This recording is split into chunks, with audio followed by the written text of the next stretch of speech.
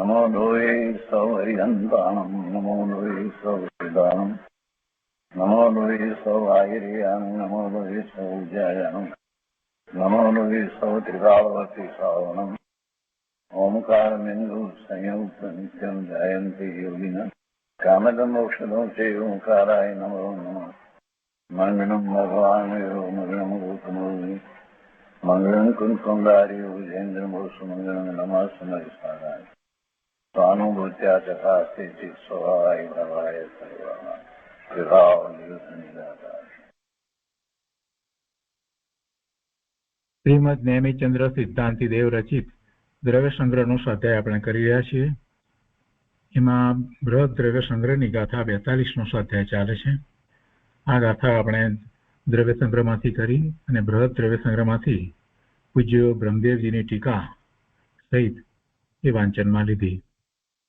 હવે પૂજ્ય ગુરુદેવ કાંજી સ્વામી આ ગાથા ઉપર જે વિસ્તાર કરે છે તેની આપણે શરૂઆત કરી છે.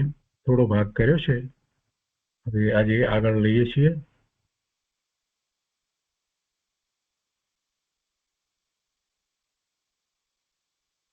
બૃહદ દ્રવ્ય સંગ્રહ પ્રવચન ભાગ બીજો, પાના નંબર 133.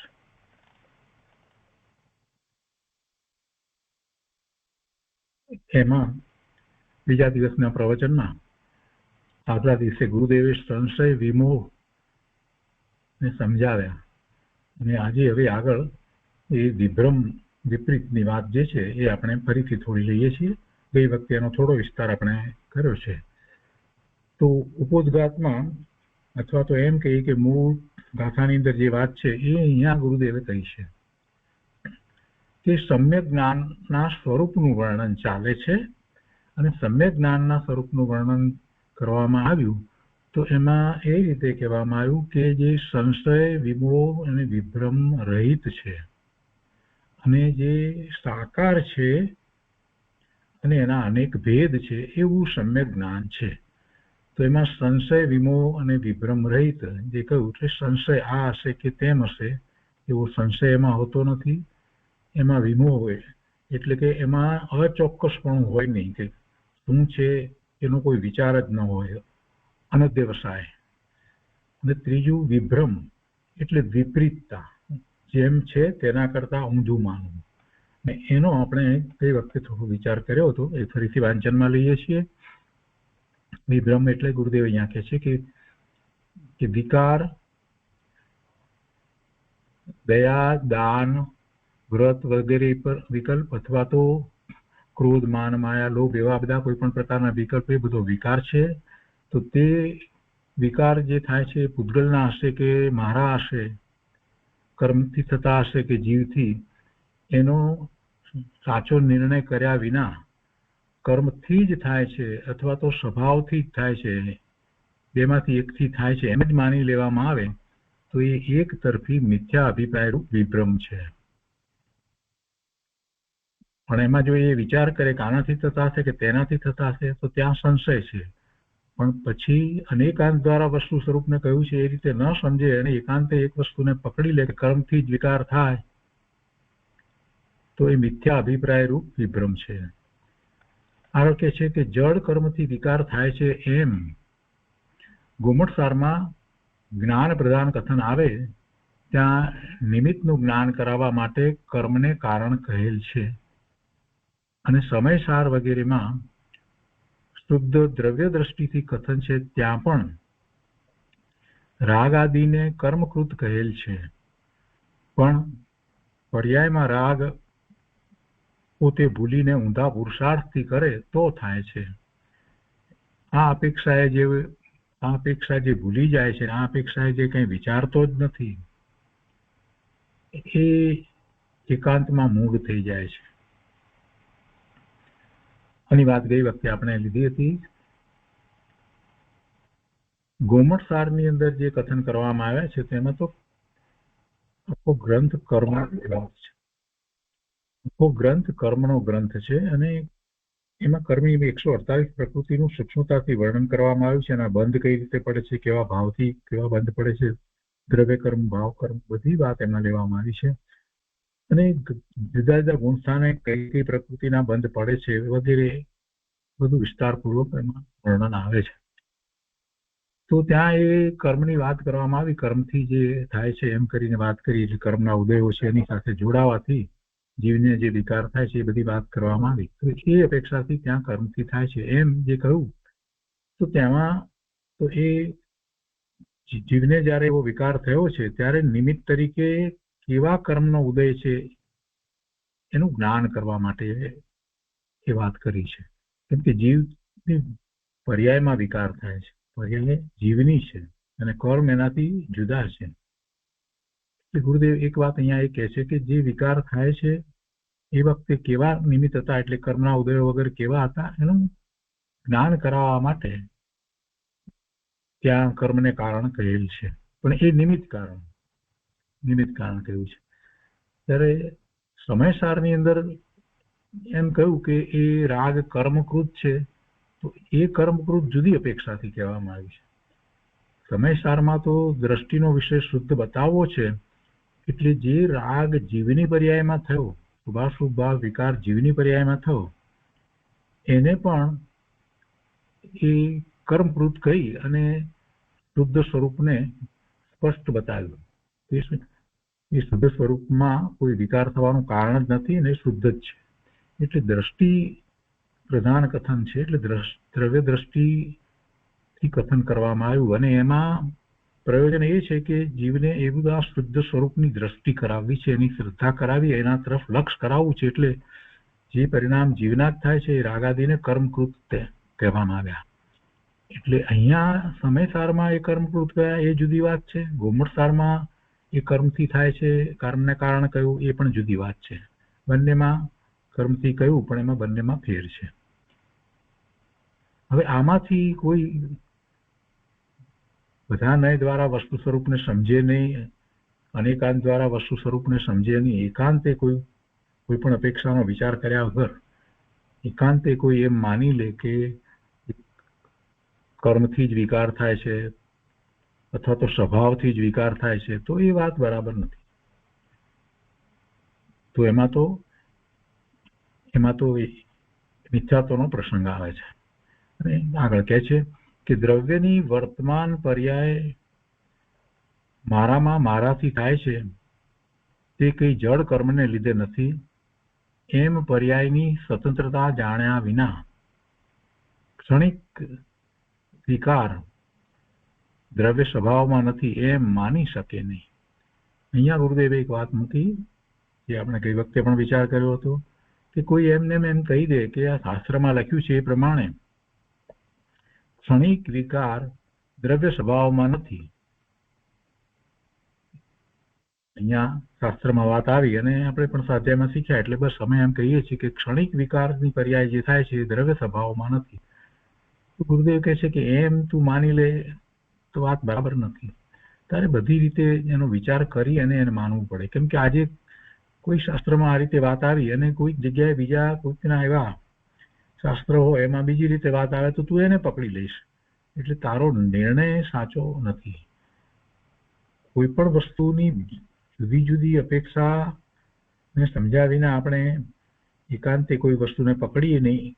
એવી જ રીતે કોઈ એક રીતે જ્યારે વસ્તુને માનવામાં આવે ત્યારે પણ અનેક નય દ્વારા પ્રમાણ જ્ઞાન કર્યા પછી તે એને પ્રયોજનવશ કોઈ એક રીતે માનવામાં આવે. નિશ્ચય નયથી અને વ્યવહાર નયથી આખું વસ્તુ સ્વરૂપ જાણીએ ત્યારે પ્રમાણ જ્ઞાન કહેવાય. અને આવું પ્રમાણ જ્ઞાન પછીથી આપણું જે પ્રયોજન છે એ પ્રમાણે આપણે વાત કરીએ તો પરમાર્થનું પ્રયોજન હોય તો નિશ્ચય નયથી જે કહેવામાં આવ્યું હોય એનો પછી સ્વીકાર કરીએ. પણ એમને આપણે વ્યવહારને ઉડાડી દઈએ, પ્રમાણ જ્ઞાનથી વસ્તુનું જ્ઞાન કરીએ જ નહીં, તો એ વાત બરાબર નથી થતી. દ્રવ્યાર્થિક નય અને પર્યાર્થિક નય બંને દ્વારા વસ્તુ સ્વરૂપને જાણીએ ત્યારે પ્રમાણ જ્ઞાન થાય. હવે પર્યાર્થિક નયથી જે કહેવામાં આવ્યું છે એ પણ કોઈક પ્રયોજનવશ કહેવામાં આવ્યું છે. તો એ પ્રયોજન હોય ત્યારે આપણે દ્રવ્યાર્થિક નયથી વસ્તુ સ્વરૂપ જે છે એનો સ્વીકાર જ ના કરીએ, એને કાઢી નાખીએ તો પણ ચાલે નહીં. અને બીજું પ્રયોજન હોય, દ્રવ્યની દ્રષ્ટિ કરવાનું પ્રયોજન હોય, તો એવી વખતે માત્ર દ્રવ્યાર્થિક નયથી જે કથન કરવામાં આવ્યું છે એનો સ્વીકાર કરીએ પણ પર્યાયને માનીએ જ નહીં તો પણ ન ચાલે. એટલે પ્રમાણ જ્ઞાન કરી અને પછી પ્રયોજનવશ જે વાક્ય છે તેને તેમ લેવી જોઈએ. અહીંયા દ્રવ્યનો વિચાર કરીએ તો દ્રવ્ય સ્વભાવની અંદર કોઈ વિકાર નથી એવું ક્યારે સ્વીકારી શકાય કે બધી બાજુથી બધા પડખેથી દ્રવ્યનો વિચાર કરવામાં આવ્યો હોય તો? કેમ કે વિકાર થયો એ પર્યાયમાં થયો, એ પર્યાય કોની છે? દ્રવ્યની છે. એ પર્યાય જ્યારે થઈ તો એ વખતે ઉપાદાન કારણ શું હતું, નિમિત્ત કારણ શું હતું, અને એ ઉપાદાન કારણ જે છે ત્રિકાળી ઉપાદાન કારણ અને એ સમયની યુક્તા રૂપ ક્ષણિક ઉપાદાન કારણ, આ બધાનો વિચાર કરી અને પછી જો નિર્ણય એવો કરવામાં આવ્યો હોય તો એમ સાચો નિર્ણય થઈ શકે કે ક્ષણિક વિકાર છે તે દ્રવ્ય સ્વભાવમાં નથી. એટલે ગુરુદેવે એ વાત લીધી છે કે દ્રવ્યની વર્તમાન પર્યાય મારામાં મારાથી થાય છે અને એ કંઈ જડ કર્મને લીધે નથી એમ માનવું. એટલે એમ પર્યાયની સ્વતંત્રતા જાણવી, અને એવી પર્યાયની સ્વતંત્રતા જાણ્યા વિના કોઈ એમ કહી દે કે ક્ષણિક વિકાર દ્રવ્ય સ્વભાવમાં નથી તો એ ખરેખર એ માનતો નથી, એને માત્ર બોલવામાં જ છે, એટલે એમ માની શકે નહીં.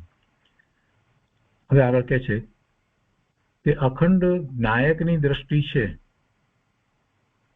અખંડ જ્ઞાયકની દ્રષ્ટિ છે અને પર્યાય બુદ્ધિ ટળી ગઈ છે તે અપેક્ષાએ નબળાઈનો રાગ પરદ્રવ્યમાં નાખી અને કર્મજન્ય કહી દે છે. સમયસારમાં આ વાત આવી કે વિકાર જે થયો એને કર્મજન્ય કહ્યો. વિકાર કોની પર્યાયમાં થયો? જીવની પર્યાયમાં થયો.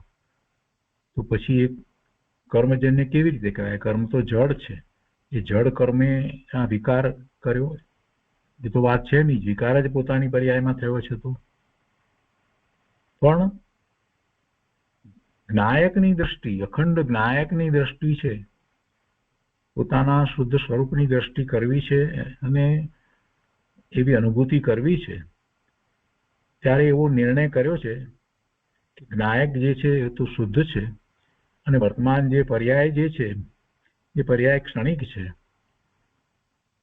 અને પોતાને ઉપાદે પોતાનું શુદ્ધ સ્વરૂપ જ છે. એટલે પર્યાયનો સ્વીકાર છે પણ એને ગૌણ કરી છે, એટલે એનું લક્ષ છોડ્યું છે. એટલે એમ કહેવાય કે પર્યાય બુદ્ધિ ટળી ગઈ છે.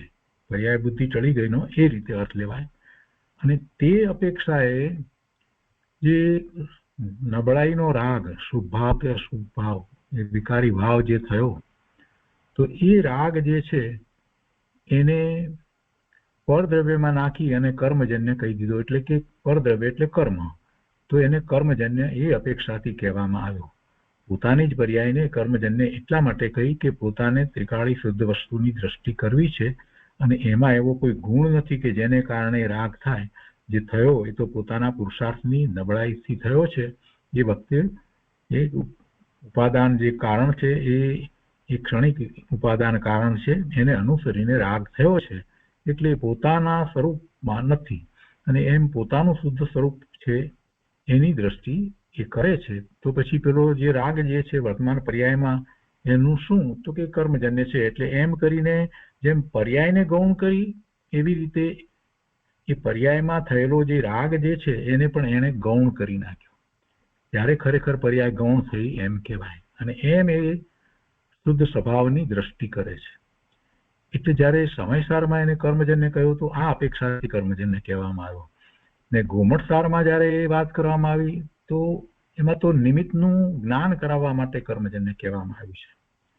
ગોમટસારમાં પણ એવું કથન આવે પણ તેની અપેક્ષા જુદી છે. એની અપેક્ષા શું છે? તો કે ત્યાં જ્ઞાન કરાવવું છે કે જ્યારે જીવને વિકાર થયો ત્યારે નિમિત્ત શું હતું, કેવા કર્મના ઉદય નિમિત્ત તરીકે હતા, એ જ્ઞાન કરાવવા માટે ત્યાં એમ કહ્યું કે આ કર્મજનિત છે અથવા તો એ કર્મને કારણે એનો વિકાર થયો છે. એટલે બંને જગ્યાએ વાત જુદી જુદી અપેક્ષાથી કરવામાં આવી છે. પણ છેવટે જ્ઞાન પ્રધાન કથનની અંદર પ્રવચન સારમાં જે કહેવામાં આવ્યું એ પ્રમાણે જોઈએ તો વિકારી પરિણામ કોના છે? જીવના જ છે. એ કોઈ જળના નથી. એ જળના નથી, એટલે કે કર્મના પરિણામ નથી.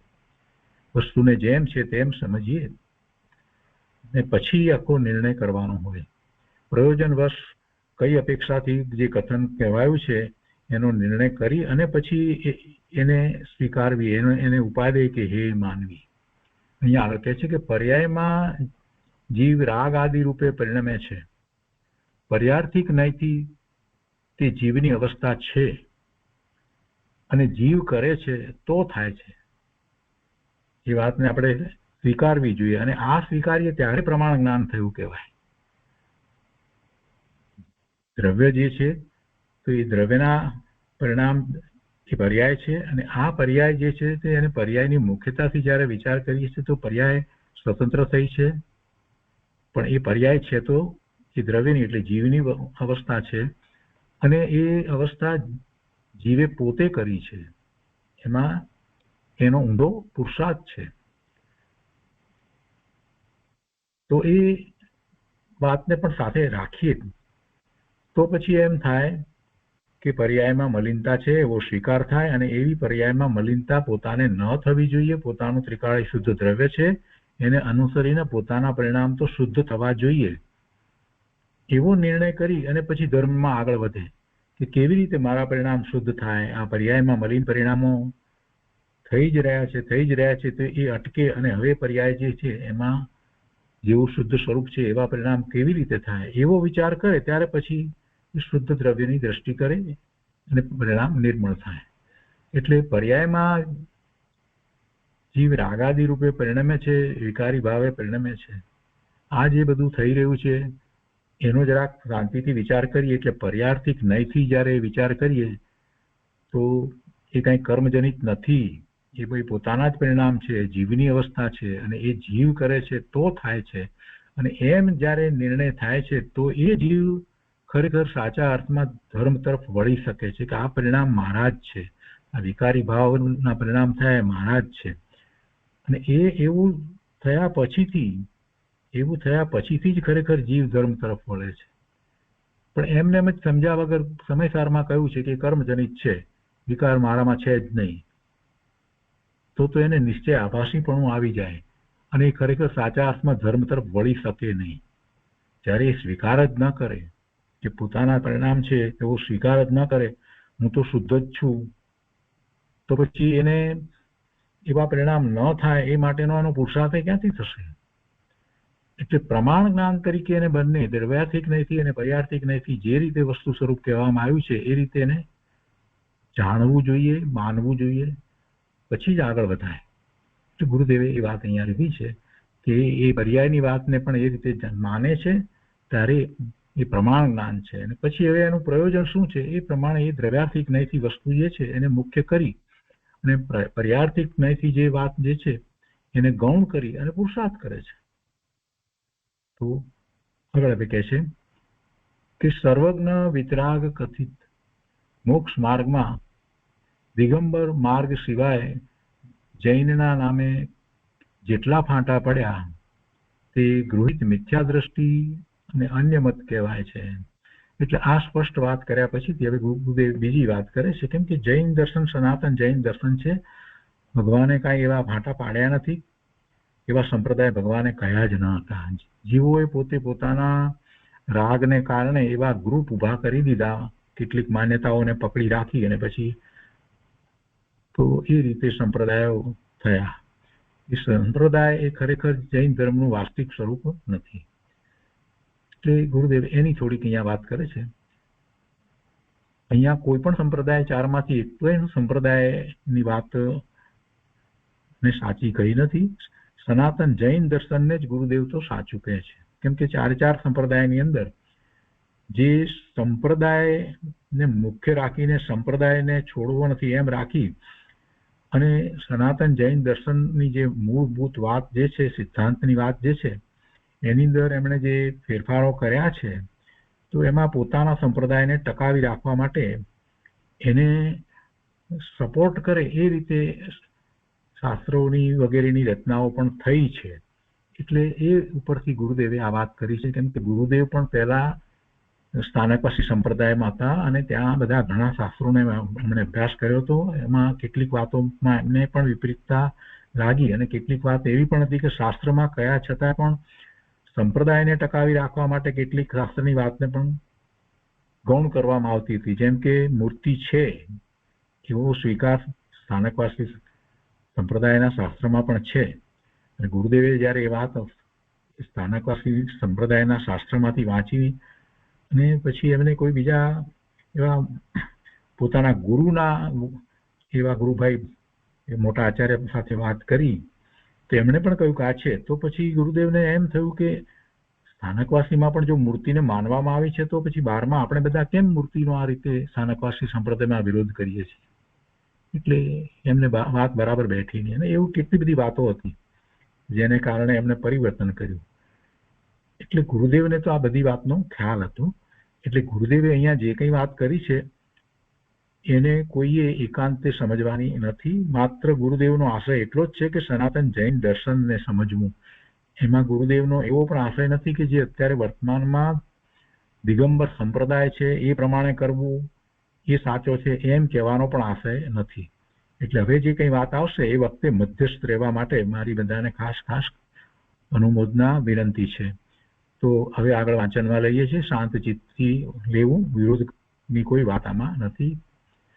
ગુરુદેવે એક પણ સંપ્રદાયને ફરીથી કહું છું કે એક પણ સંપ્રદાયનો પક્ષપાત કર્યો નથી. એમણે સનાતન જૈન દર્શનની વાત કરવી છે એટલે આ વાત લીધી છે.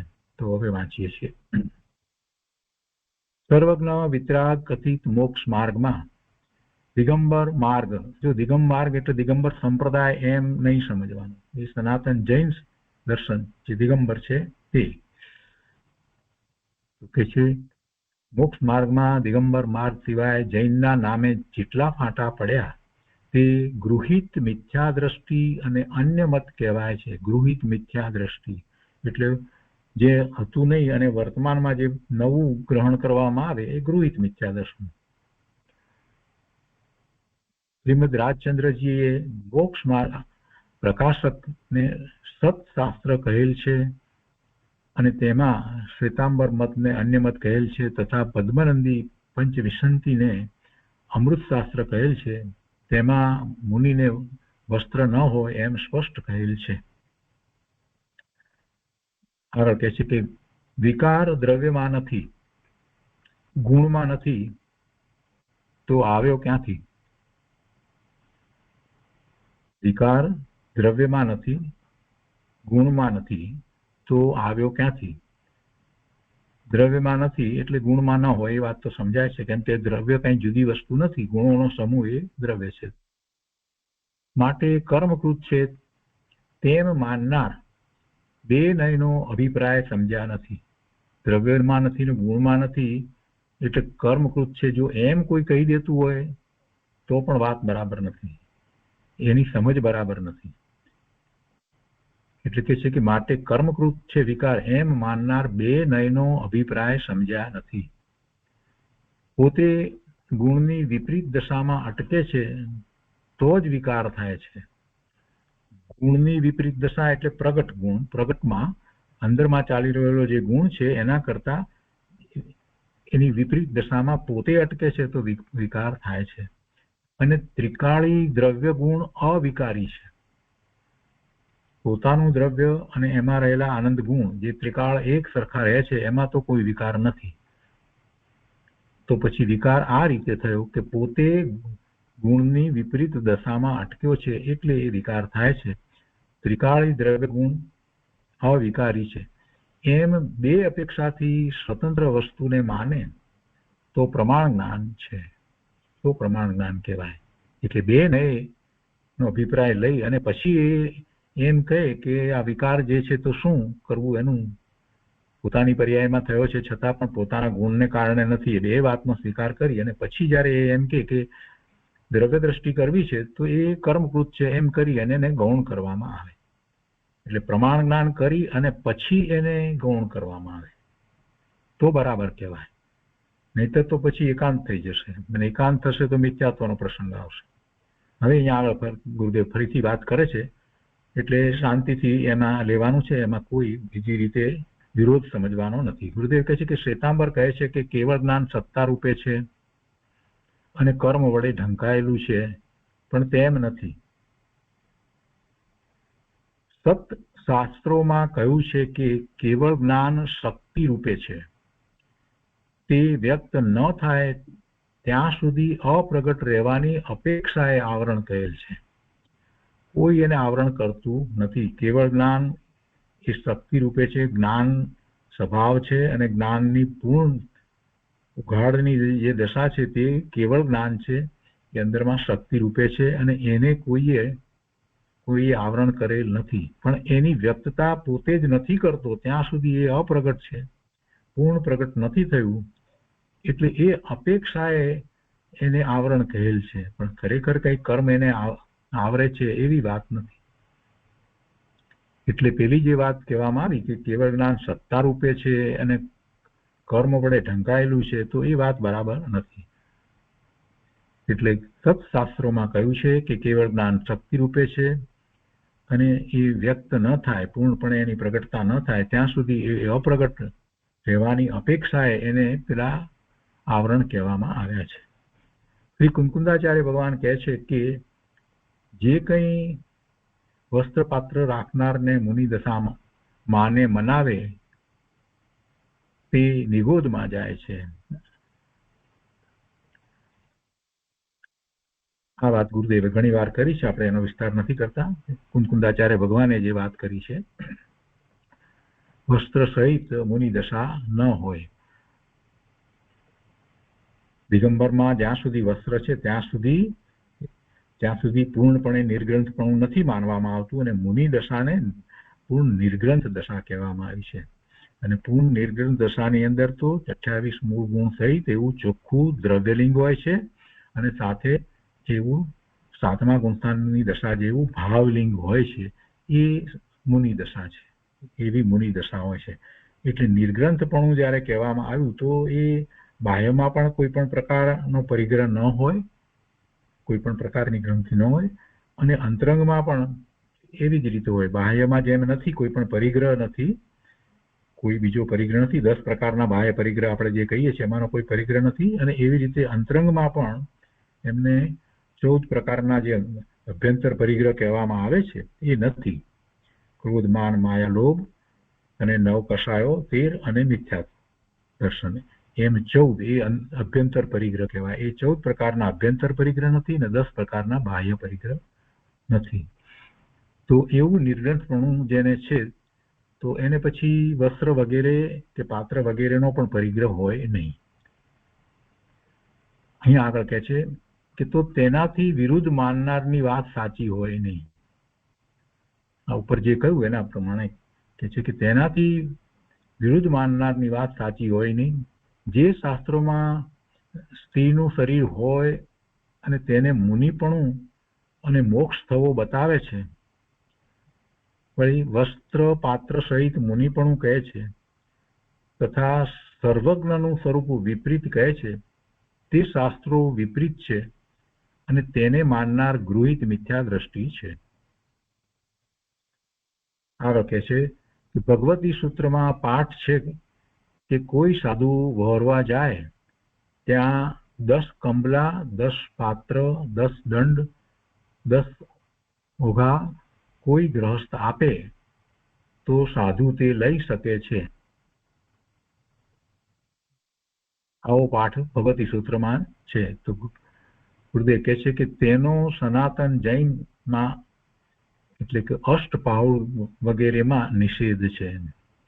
ગુરુદેવે ભગવતી સૂત્ર 17 વાર વાંચ્યું હતું, એટલે ગુરુદેવે એમાંની આ વાત લીધી છે કે આ વાત જે એમાં કહેવામાં આવી છે એ વાત બરાબર નથી. સનાતન જૈન દર્શનની અંદર અષ્ટપાઉલ જેવા બીજા કેટલા બધા શાસ્ત્ર છે એની અંદર એનો નિષેધ છે કે સાધુ આ બધું લઈ શકે નહીં. ગુરુદેવ આગળ કહે છે કે જગતને રૂચે કે ન રૂચે તેની સાથે જ્ઞાનીને સંબંધ નથી. એટલે જગતને તો પોતાને જેમ ગમે એ પ્રમાણે એ ધર્મની અંદર વાતને મૂકી દેતા હોય છે. કેટલી બધી વાતમાં ફેરફારો જે થયા છે એ એના ફોલોઅર્સે કરેલા છે. ફોલોઅર્સ બરાબર ન હોય એટલે ધર્મ બરાબર નથી એમ ના માની લેવું. ફોલોઅર્સ એમાં ગ્રુપ પાડે અનેક પ્રકારે, સંપ્રદાયમાં પેટા સંપ્રદાય ને પેટા સંપ્રદાયમાં પેટા, આવું અત્યારે વર્તમાનમાં જે ચાલતું હોય એથી કરી અને એના વિશે કાંઈ પણ ટિપ્પણી કરવી ઠીક નથી. મૂળ શાસ્ત્રો, મૂળ ધર્મ, સંપ્રદાયની વાત નથી. એટલે જ્ઞાનીને પણ એમાં કોઈ રસ હોતો નથી. એ તો મૂળ ધર્મને જ સમજે છે. એટલે અહીંયા ગુરુદેવ કહે છે કે જગતને રૂચે કે ન રૂચે તેની સાથે જ્ઞાનીને સંબંધ નથી. જ્ઞાની તો સત્યનો જ સ્વીકાર કરે છે. સનાતન જૈન દર્શન જે કહેવામાં આવ્યું છે એટલે કે જે ભગવાનની વાણી એનો જ સ્વીકાર કરે. હવે કહે છે કે જીવ, પૂતગળ આદિ છ દ્રવ્યના દ્રવ્ય ગુણ પર્યાયનું સ્વતંત્રપણું જેમ છે તેમ ન જાણે તે વિમોહ રૂપ મિથ્યા જ્ઞાન છે. મૂળ વાત તો આ ચાલી રહી હતી. એ સંશય અને પછી વિમોહની વાત કરી. વિમોહ એટલે જેમાં કઈ ખબર નથી, જે એ અનધ્યવસાય છે તે વિમોહ છે, અને વિરુદ્ધ જે છે એ વિભ્રમ છે. તો આ બધાનો કાંઈ પણ વિચાર જ ન હોય, જે હશે તે એમ કરીને વાત કાઢી નાખતા હોય, એ બધો વિમોહ કહેવાય. જીવ, પૂતગળ આદિ છ દ્રવ્યો અને દ્રવ્યના દ્રવ્ય ગુણ પર્યાય અને એના ઉત્પાદભાઈ ધ્રુવપણું, આ બધી વાત જે છે એને એનું સ્વતંત્રપણું અને એનું જે રીતે પરિણમન, એનું અસ્તિત્વ સ્વતંત્ર, આ બધી વાતને જ્યાં સુધી એ જાણે નહીં ત્યાં સુધી તો એ વિમોહ રૂપ મિથ્યા જ્ઞાન છે. આગળ કહે છે કે એક એક પરમાણુ ત્રિકાળ પોતાના દ્રવ્ય ક્ષેત્ર કાળ ભાવની અપેક્ષા એ છે, પરથી નથી. પરમાણુ માત્રનું અસ્તિત્વ એનું એના પોતાથી છે, એ બીજાથી નથી. એક એક પરમાણુ ત્રણેય કાળે પોતાના દ્રવ્ય, પોતાના ક્ષેત્ર, પોતાના કાળ અને પોતાના ભાવની અપેક્ષા એ છે. એને પરની કોઈની અપેક્ષા નથી, પરને કારણે રહ્યો નથી, પરથી નથી. દરેક પરમાણુમાં પણ તેના અનંત ગુણ તે સામાન્ય છે, અને તેની સમયે સમયે થતી વર્તમાન પર્યાય તે તેનું વિશેષ છે. તે પરસ્પર અપેક્ષા રાખે છે. એટલે કે એ દ્રવ્ય સામાન્ય અને પર્યાય વિશેષ, એટલે સામાન્ય અને વિશેષને પરસ્પર અપેક્ષા છે. દ્રવ્ય ને પર્યાયની ને પર્યાયને દ્રવ્યની અપેક્ષા છે. દ્રવ્ય વિના પર્યાય હોય નહીં ને પર્યાય વિના દ્રવ્ય હોય નહીં. આગળ કહે છે કે અગ્નિથી પાણી ઊનું થયું એમ માનનારા અંશી દ્રવ્ય સામાન્યને માનતા નથી. એટલે કે પાણી ઊનું થયું એ તો પાણીની અવસ્થા છે, અને એ અવસ્થા બીજા દ્રવ્યથી થઈ. અગ્નિ એ બીજું દ્રવ્ય થયું, તો બીજા દ્રવ્યથી આની અવસ્થા બદલાઈ ને અવસ્થાને જ માની, તો પછી એ જે દ્રવ્ય જે સામાન્ય જે છે એને તો એમણે સ્વીકાર્યું નહીં. દ્રવ્ય સામાન્ય જે છે એ પાણીને લઈએ તો એ પાણી એ સમયે એવી અવસ્થા થઈ છે, એટલે દ્રવ્ય તો દ્રવ્ય તરીકે એમ જ રહ્યું છે. એટલે એ એનું મૂળ કારણ, ઉપાદાન કારણ તો એ દ્રવ્ય પોતે છે. પેલું અગ્નિ છે એ એનું ઉપાદાન કારણ નથી. એટલે અગ્નિથી પાણી ઊનું થયું એમ નથી, પણ જ્યારે પાણીની એવી અવસ્થા થઈ છે તો ત્યાં નિમિત્ત તરીકે અગ્નિ છે એમ માનવું જોઈએ. ગુરુદેવ કહે છે કે અગ્નિથી પાણી ઊનું થયું એમ માનનારા અંશી, અંશી એટલે જેમાં અંશો રહ્યા છે તેને અંશી કહેવાય. અનંત ગુણ જે છે તેને અંશ કહીએ, તો અનંત ગુણને ધારી રાખનાર જે દ્રવ્ય જે છે એને અંશી કહેવાય. તો એવા અંશી દ્રવ્ય સામાન્યને માનતા નથી. સામાન્ય વિના પરિણમન ક્રિયારૂપ પર્યાય નહીં, અને પર્યાય વિના દ્રવ્ય ગુણરૂપ સામાન્ય નહીં. સામાન્ય દ્રવ્ય સામાન્ય હોય નહીં તો પછી આ પરિણમન રૂપ જે પર્યાય થઈ, ઊનાપણાની ઊનું થયું એ શું થયું? પાણી છે તો એ ઊનું થયું છે, એટલે પાણીને દ્રવ્ય કહીએ તો આ જે ઊનું થયું, ગરમ થયું, એ એનું પરિણમન છે. એવી પરિણમન રૂપ ક્રિયા એ પર્યાય થઈ, એ સમયની એવી પર્યાય થઈ. તો એ સામાન્ય વિના એ વિશેષ ક્યાંથી થયું? પર્યાય તો વિશેષ છે, દ્રવ્ય તે સામાન્ય છે. એટલે એ દ્રવ્ય વિના એવી પર્યાય હોય નહીં. અને એવી પર્યાય થઈ ત્યારે જે ક્રિયા થઈ એ બધું સામાન્ય વિના હોય નહીં. અને બીજી વાત એ જ રીતે પર્યાય વિના દ્રવ્ય સામાન્ય હોય નહીં. એટલે કે દ્રવ્ય ગુણ રૂપ સામાન્ય દ્રવ્ય કહીએ છીએ એ પણ પર્યાય વિનાનું તો હોય નહીં. એની દરેક સમયે કોઈ એક પર્યાય તો હોય. ભલે પાણીનો વિચાર કરીએ તો પાણીની પર્યાય ઠંડાપણાની પર્યાય હોય, ગરમપણાની પર્યાય હોય, જે પર્યાય હોય તે પણ એ પર્યાય એની એક પર્યાય તો હોય જ. કોઈ પણ દ્રવ્ય પર્યાય વિનાનું હોય નહીં. એની કોઈ એક અવસ્થા દરેક સમયે હોય અને એ અવસ્થા બદલાયા કરે. એટલે એ વિશેષ જેને પર્યાય કહીએ, જેને અવસ્થા કહીએ, એ દરેક વખતે બદલાયા કરે. પણ પેલું જે સામાન્ય કહીએ, જે ગુણોનો સમૂહ રૂપ જે દ્રવ્ય જે છે એ બદલાય નહીં. એમ પોતામાં પોતાથી પરસ્પર અપેક્ષા રાખે છે. પોતામાં પોતાથી પરસ્પર અપેક્ષા રાખે છે. એટલે દ્રવ્ય અને પર્યાય બંને બધું પોતાનું છે અને દ્રવ્યને પર્યાયની અપેક્ષા અને પર્યાયને દ્રવ્યની અપેક્ષા છે. તો તે અનેકાંતને માનનાર સમ્યક જ્ઞાન છે. આવી અપેક્ષા જે રાખે છે એમ પોતામાં પોતાથી પરસ્પર અપેક્ષા રાખે છે તે અનેકાંતને માનનાર સમ્યક જ્ઞાન છે. આગળ કહે છે કે દ્રવ્યને પર્યાયની અપેક્ષા છે અને પર્યાયને દ્રવ્યની અપેક્ષા છે. પર નિમિત્તની અપેક્ષા હોય તો થાય, જેવું નિમિત્ત મળે તેવું ઉપાદાનમાં થાય. એવી પરાધીનતા મિથ્યા દ્રષ્ટિની માનેલી છે. ખરેખર એને પરની તો અપેક્ષા નથી. દ્રવ્યને પોતાની પર્યાયની અપેક્ષા અને પર્યાયને પોતાના દ્રવ્યની અપેક્ષા, એ વાત તો બરાબર કહી, પણ એમાં બીજા દ્રવ્યની અપેક્ષા નથી. પરના નિમિત્તની અને અપેક્ષા હોતી નથી. એટલે કે એના પરિણમનમાં પરની અપેક્ષા હોતી નથી. પર નિમિત્તની અપેક્ષા હોય તો એના એવા પરિણામ થાય, જેવું નિમિત્ત મળે એવા પરિણામ થાય, એવા ઉપાદાનમાં એવા પરિણામ થાય. તો એવી પરાધીનતા મિથ્યા દ્રષ્ટિની માનેલી છે. મિથ્યા દ્રષ્ટિ એ વાતને માને છે.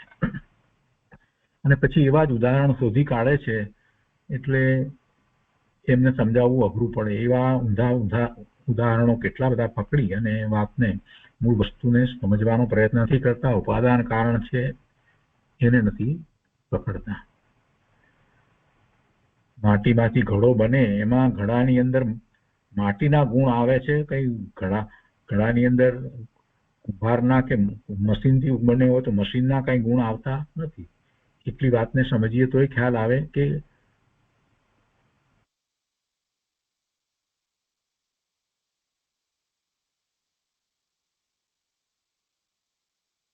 ખબર પડે, કાર્ય થયા પછી ખબર પડે કે શું નિમિત્ત હતું. એટલે દ્રવ્યના પરિણમનમાં બીજા પર પદાર્થની ખરેખર અપેક્ષા નથી. એ થાય ત્યારે સાથે રહે બાજુમાં રહેલું જે કંઈ બીજું દ્રવ્ય જે છે એને નિમિત્તનો આરોપ અપાય છે, એને નિમિત્ત કહેવાય છે. જ્યારે મિથ્યા દ્રષ્ટિ એમ માને છે કે નિમિત્તથી કાર્ય થયું, અને પછી તો એટલી બધી પરાધીનતા માની લીધી છે કે એવું નિમિત્ત આવે તો કાર્ય થાય, કોઈક આવે તો અમને જ્ઞાન થાય. આટલી બધી પરાધીનતા એને માની લીધી છે. પોતાના જ્ઞાન સ્વભાવને જીવ સ્વીકારતો નથી. પોતે જ્ઞાન સ્વભાવી થવાનો માટેનો પુરુષાર્થ કરે તો એને નિમિત્ત મળી જ રહેશે. કેમ કે પરિણામ પોતાના થાય એ વખતે ઉચિત નિમિત્ત હોય છે, 5 સમવાય પૂર્વક જ થાય છે. અહીં આગળ કહે છે કે દ્રવ્ય ગુણ ત્રિકાળ છે અને તેનો પર્યાય વર્તમાન છે. દ્રવ્ય ગુણ સામાન્ય છે, એ ત્રિકાળ છે, ત્રણેય કાળે એક સરખું જ રહે છે. પર્યાય બદલાય છે, વર્તમાન વર્તમાન વર્તમાન થતી જાય છે, એક એક પર્યાય છે તે. તો દ્રવ્ય ગુણ સામાન્ય છે, તે દ્રવ્યાસિક નયનો વિષય છે, અને તેનો વર્તમાન અંશ પર્યાય છે, તે પર્યાસિક નયનો વિષય છે, અને તેનો વર્તમાન અંશ પર્યાય તે પર્યાસિક નયનો વિષય છે. 2 વખત લખ્યું છે. તો તેને પરની અપેક્ષા નથી, એને પરની અપેક્ષા નથી.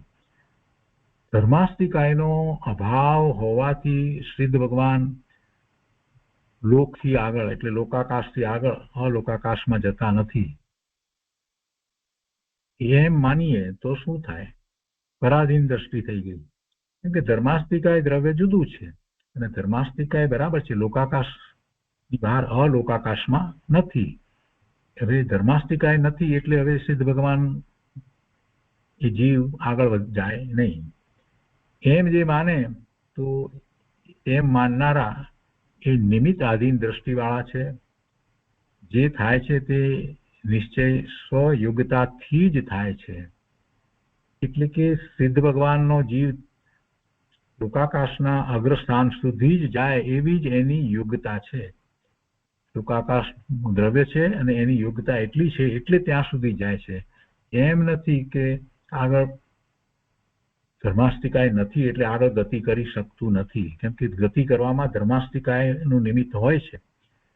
પૂતગળ અને જીવ જે ગતિ કરે છે તો એ ગતિ કરવામાં ધર્માસ્તિકાય નિમિત્ત છે. હવે અલોકાકાશમાં તો ધર્માસ્તિકાય નથી, તો હવે આ જીવ અલોકાકાશમાં કેવી રીતે જાય? એટલે પછી ધર્માસ્તિકાયના સૌથી અગ્રસ્થાનમાં ત્યાં એ અટકી જાય છે. આવી જે નિમિત્ત આધીન દ્રષ્ટિ જે છે ને કે ધર્માસ્તિકાય નથી માટે નથી જતા, એ વાત બરાબર નથી એમ કેવું છે ગુરુદેવનું. એ પણ નિમિત્ત આધીન દ્રષ્ટિ કહેવાય, એ પણ પરાધીન દ્રષ્ટિ કહેવાય. તો પછી સિદ્ધ ભગવાન કેમ આગળ ઉપર નથી જતા? એનું કારણ શું? તો કેમ કે સિદ્ધ ભગવાન લોકાકાશમાં જ રહે છે, લોકાકાશનું દ્રવ્ય છે અને લોકાકાશના અગ્રસ્થાન પર રહે છે. એવી જ એમની યોગ્યતા છે, એવી જ એમની યોગ્યતા છે એટલે એ ત્યાં રહે છે. કઈ પરના કારણે છે એમ નથી.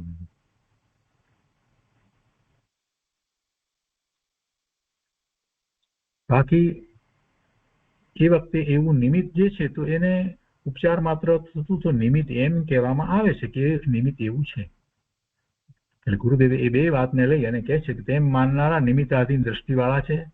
જે થાય છે તે નિશ્ચય સ્વયોગ્યતાથી જ થાય છે. એટલે કે સિદ્ધ ભગવાનનો જીવ ત્યાં લોકાકાશના અગ્રસ્થાને સ્થિર થાય છે તો એની યોગ્યતા એવી છે, એટલે નિશ્ચય સ્વયોગ્યતાથી જ થાય છે. અન્ય તો ઉપચાર માત્ર નિમિત્ત થાય છે. એટલે ધર્માસ્તિકાયનો અલોકાકાશમાં અભાવ એ તો ઉપચાર માત્ર છે, નિમિત્ત માત્ર છે. પણ એની સ્વતંત્રતા નિમિત્તના પક્ષકારને રૂચતી નથી. જેને નિમિત્તાધીન દ્રષ્ટિ છે, નિમિત્તનો જ પક્ષ જે તાણી રહ્યા છે ને, એને આ સ્વતંત્રતા ગમતી નથી. દરેક દ્રવ્યના સ્વતંત્ર પરિણમન ને એ સ્વીકારતો નથી. અને નિમિત્તની એટલી બધી પરાધીનતા થઈ ગઈ છે એટલે વર્તમાનમાં ઉપદેશકો પણ એવા ઉપદેશ આપે છે. અને કર્મને કારણે આમ થાય, તેને કારણે તેમ થાય, આ બધી નિમિત્તાધીન દ્રષ્ટિ છે. અને એમાં એટલી બધી પરાધીનતા થઈ ગઈ છે કે કોઈ પણ દ્રવ્યનું પરિણમન સ્વતંત્ર થાય છે એનો સ્વીકાર જ કરતા નથી. એની એમને રુચિ થતી નથી, એવા સ્વીકારની રુચિ નથી થતી. સ્વતંત્રતા નો પક્ષ કરવો જોઈએ એ એમને સૂચતું નથી. અહીંયા આગળ કહે છે કે સમ્યક જ્ઞાન એ પ્રમાણ જ્ઞાન છે. બધા નય દ્વારા વસ્તુ સ્વરૂપને જ્યારે જાણવામાં આવે, જ્ઞાન થાય છે તો એ પ્રમાણ જ્ઞાન છે. જેની જે પર્યાય થઈ તે તેનાથી છે, બીજાથી નહીં, એમ સર્વત્ર સ્વતંત્રપણું દેખે છે તે સમ્યક જ્ઞાન છે. પરને કારણે થઈ આવી પર્યાય, પરને કારણે પોતાના પરિણામ થયા કે બીજાના પરિણામ થયા, બીજાના પરિણામ મારે કારણે થયા કે બીજાના પરિણામ ત્રીજા અને કોઈને કારણે થયા, એવું જે માને છે એને વસ્તુના સ્વતંત્ર સ્વભાવની, સ્વતંત્ર પરિણમનની એને શ્રદ્ધા નથી, એને વિપરીત શ્રદ્ધા છે. જેની જે પર્યાય થઈ તે તેનાથી જ છે, બીજાથી નહીં, એમ સર્વત્ર સ્વતંત્રપણું દેખે છે તે સમ્યક જ્ઞાન છે. જીવની પર્યાયમાં જે કંઈ વિકાર કે અવિકાર થાય છે તે જે જીવની પર્યાયમાં જે વિકારી પરિણામ થાય અથવા તો અવિકારી એટલે નિર્મળ પરિણામ થાય, જીવની પર્યાયમાં જે કંઈ વિકાર કે અવિકાર થાય છે તે જીવના જે જીવ દ્રવ્યના અસ્તિત્વના કારણે થાય છે, એના સ્વભાવને કારણે થાય છે. પણ એ કઈ પરથી થાય છે એમ નથી. એટલે કે અવિકારી પરિણામ થાય છે એ એના સ્વભાવને કારણે થાય છે, અને વિકારી પરિણામ થાય છે એ પણ એનામાં એક રહેલો એવો ગુણ છે કે જેને કારણે એવા વિકારી પરિણામ કરવાની એની ક્ષણિક યોગ્યતા હોય છે. એટલે ક્ષણિક ઉપાદાન કારણે એ વિકાર થાય છે. જીવમાં અને પૂતગળમાં એવો ગુણ છે, વૈભાવિક શક્તિ છે. તો વૈભાવિક શક્તિને કારણે વિભાવ કે વિકાર નથી થતો, પણ વૈભાવિક શક્તિને કારણે એ ક્ષણિક એવી વિકારી પર્યાય પણ થઈ શકે એવી એનામાં એ યોગ્યતા છે. 4 દ્રવ્ય જે છે પૂતગળ અને જીવ સિવાયના, એની અંદર એવી વૈભાવિક શક્તિ નથી, એટલે એનું પરિણમન બીજી રીતે ન થઈ શકે. જીવનું અને પૂતગળનું પરિણમન 2 રીતે થાય, પણ 2 રીતે થાય છે. એમાં જે સ્વભાવને અનુસરીને પરિણમન થાય છે એ સ્વાભાવિક પરિણમન કહેવાય છે, અવિકારી પરિણમન એને આપણે કહીએ છીએ. તો એ પરિણમન એ જીવના અસ્તિત્વને કારણે છે. એટલે વિકાર થાય છે તેમાં પણ જીવનું અસ્તિત્વ છે તો એ વિકાર થાય છે. એ પણ પરથી થતો નથી, પણ એમાં જીવનો વિકાર થયો તો એ વખતે ક્ષણિક ઉપાદાન કારણ એવું છે કે એમાં એ પરનું લક્ષ થયું છે, પણ છતાં એ પરથી થતું નથી. શાસ્ત્રમાં નિમિત્તથી કથન હોય તે બીજી ચીજનું જ્ઞાન કરાવવા માટે છે કે એ વખતે શું નિમિત્ત હતું, બસ એટલા માટે એ કથન કરવામાં આવ્યા છે. શાસ્ત્રમાં અનેક અપેક્ષાથી કથન આવે, તેમાં અજ્ઞાનીને મૂંઝવણ થાય કે કઈ ગમ પડતી નથી, તો શું શાસ્ત્રના કારણે ભૂલ થાય છે? અજ્ઞાનીને મૂંઝવણ થાય, કઈ ગમ ન પડે તો કઈ શાસ્ત્રને કારણે થાય છે? ના, શાસ્ત્રકારના અભિપ્રાયને પોતાની વિપરીત બુદ્ધિથી દેખે છે તેથી ભૂલે છે. શાસ્ત્રમાં જે કહેવાયું એ બરાબર છે, પણ એને મૂંઝવણ શું કરા થાય છે? શાસ્ત્રકારે શાસ્ત્રની અંદર કઈ ભૂલ કરી છે એટલે થાય છે મૂંઝવણ? ના, એવું નથી. શાસ્ત્રકારના અભિપ્રાયને પોતે શાસ્ત્રકાર જે રીતે કહેવા માંગે છે એ રીતે નથી સમજતો, અને પોતાની વિપરીત બુદ્ધિથી સમજે દેખે એટલે એને ભૂલ થાય, ગૂંચવણ થાય, બધું થાય. આગળ કે છે, હવે વિપરીતતાની વાત કરવી છે ને, વિભ્રમ, ત્રીજો દોષ. સંશયની વાત કરી, વિમોહની વાત કરી, અને હવે વિભ્રમની વાત કરે છે. તો કે છે કે જેમ કોઈને છીપમાં ચાંદી જ છે એમ ઊંધી માન્યતા થાય છે, તેમ અનેકાંત રૂપ વસ્તુ છે તેને એકાંત શુદ્ધ જ છે, અથવા તો બીજી રીતે એકાંત અશુદ્ધ જ છે, અથવા તો એકાંત નિત્ય જ છે, અથવા તો એકાંત અનિત્ય જ છે, એમ એકાંત રૂપ માનવું તે વિભ્રમ છે.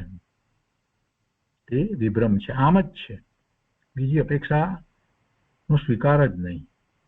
ત્યાં વિપરીત માન્યતા થઈ જાય.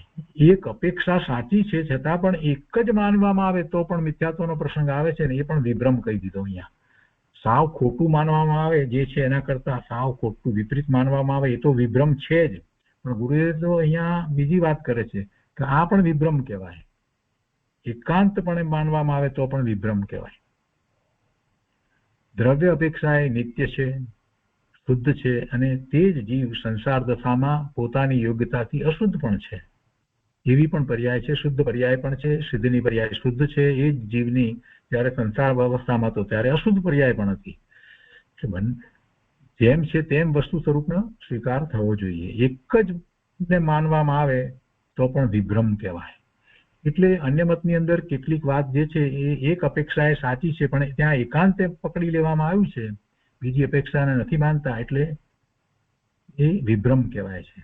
અને જે અપેક્ષાથી જે કહેવામાં આવ્યું છે એ અપેક્ષાથી સાવ વિરુદ્ધ જ માનવામાં આવે એ તો વિભ્રમ છે જ, એ તો વિભ્રમ છે જ. શરીરને ચેતન માનવામાં આવે એ વિભ્રમ છે, અથવા તો જીવ પૂતગળમાં ચેતના છે એવું માનવામાં આવે એ તો બધો વિભ્રમ જ કહેવાય, અથવા તો જીવને જળ કહેવામાં આવે એ તો વિભ્રમ છે જ. એટલે જે છે નહીં અને સાવ ઊંધું માનવામાં આવે એ તો વિભ્રમ છે જ, પણ જે છે સાચું છે પણ એકાંતે એને માનવામાં આવે તો પણ વિભ્રમ છે. એમ અહીંયા તો ગુરુદેવ કહે છે આત્મા નિત્ય છે, પણ નિત્ય જ છે બસ, અનિત્યની વાત જ ન માનવામાં આવે તો પણ વિભ્રમ કહેવાય. કેમ કે પર્યાય અપેક્ષા એ અનિત્યપણું છે, દ્રવ્ય અપેક્ષા એ નિત્ય છે. તો એ વાત અહીંયા ગુરુદેવે લીધી છે કે દ્રવ્ય અપેક્ષા એ નિત્ય છે, શુદ્ધ છે, અને તે જ જીવ સંસાર દશામાં પોતાની યોગ્યતાથી અશુદ્ધ પણ છે. પર્યાર્થિક નહીંથી તે જ જીવ અનિત્ય છે, અને એમ ન માનતા એકાંત શુદ્ધ જ માને તો સંસાર દશા પછી કોને છે? એકાંત શુદ્ધ જ માને તો સંસાર દશા તો છે ને, અને આ સંસાર દશામાં જ પરિભ્રમણ કરે છે ને. ભૂલ કોણ કરે છે? અશુદ્ધ જ હોય એમ જ માની લે તો પણ, તો પછી કોઈ આ સિદ્ધ થયા એ વાત જ નથી રહેતી. અશુદ્ધ જ હોય તો તેને ટાળી શુદ્ધ કોણ કરશે? એટલે બંને વાતને જેમ છે તેમ માનવી જોઈએ. અહીંયા કહે છે કે એમ અક્રિય, સક્રિય, ભેદ, અભેદ વગેરેમાં સાચી અપેક્ષા સમજવી જોઈએ. પરથી અક્રિય, પોતાની પર્યાયમાં સ્વતંત્રપણે સક્રિય અને દ્રવ્ય ગુણ કથનચિત અક્રિય છે એમ સમજવું જોઈએ. સ્વરૂપ, પરરૂપ વગેરેમાં શંકા, વિપરીતતા અને અચોક્કસતા રહિત જ્ઞાન થવું જોઈએ, તો સમ્યક જ્ઞાન થાય. સ્વરૂપ, પોતાનું રૂપ અને પરરૂપ વગેરેમાં શંકા ન હોય, વિપરીતતા પણ ન હોય અને અચોક્કસતા પણ ન હોય, ત્યારે સમ્યક જ્ઞાન થાય. એના રહિત જ્ઞાન થવું જોઈએ. અને કહે છે કે ભાવ કર્મનું બરાબર જ્ઞાન જોઈએ. સ્વભાવ ચૂકીને થતી પરના આલંબન રૂપ વિભાવ દશા તે જીવની અશુદ્ધ અવસ્થા છે, તે ભાવ કર્મ છે. દ્રવ્ય દ્રષ્ટિથી સહજ શુદ્ધ કેવળ જ્ઞાન દર્શન સ્વભાવી બીજ આત્માનું સ્વરૂપ છે, અને પર્યાય દ્રષ્ટિથી દેખે તો એ બદલાતું છે, એ પણ ખ્યાલમાં આવે છે. શું કહે છે? દ્રવ્ય દ્રષ્ટિથી સહજ શુદ્ધ કેવળ જ્ઞાન દર્શન સ્વભાવી નિજ આત્માનું સ્વરૂપ છે, અને પર્યાય દ્રષ્ટિથી દેખો તો જીવ સંબંધી ભાવ કર્મ પણ જીવની અવસ્થા છે, તે કાયમી સ્વરૂપ નથી, માટે તે પર દ્રવ્ય સ્વરૂપ છે. બેઉ અપેક્ષા જેમ છે તેમ જાણવી જોઈએ, દ્રવ્ય અપેક્ષા અને પર્યાય અપેક્ષા. ભાવ કર્મ, દ્રવ્ય કર્મ તથા નો કર્મનું તથા પૂતગળ આદિ દ્રવ્યોનું સ્વરૂપ અને આ આત્મા સિવાય અનંતા પર જીવ બીજા બધા આત્માઓ, એમાં અર્યંત પરમેશ્વર, સિદ્ધ પરમેશ્વર, આચાર્ય ભગવાન, ઉપાધ્યાય ભગવાન અને મુનિ મહારાજ, એ પંચ પરમેષ્ઠી નું પણ યથાર્થ સ્વરૂપ શંકા રહિત, અચોક્કસતા રહિત અને વિપરીતતા રહિત જાણે તે સમ્યક જ્ઞાન છે. અને તે સમ્યક જ્ઞાન કેવું છે? એ સમ્યક જ્ઞાન સાકાર છે અથવા તો સ્વવિકલ્પ છે, અર્થાત સ્વ પરનો નિશ્ચય કરનાર છે. અને વળી કેવું છે? અનેક ભેદો સહિત છે. અનેક ભેદ સહિત છે એટલે મૂળ વ્યાખ્યા પાછી ગુરુદેવે અહીંયા છેલ્લે કરી દીધી. અને હવે પછી આગળ એનો વધુ વિસ્તાર ગુરુદેવ લેશે. આજનો સ્વાધ્યાય આપણે અહીંયા સુધી રાખીએ છીએ.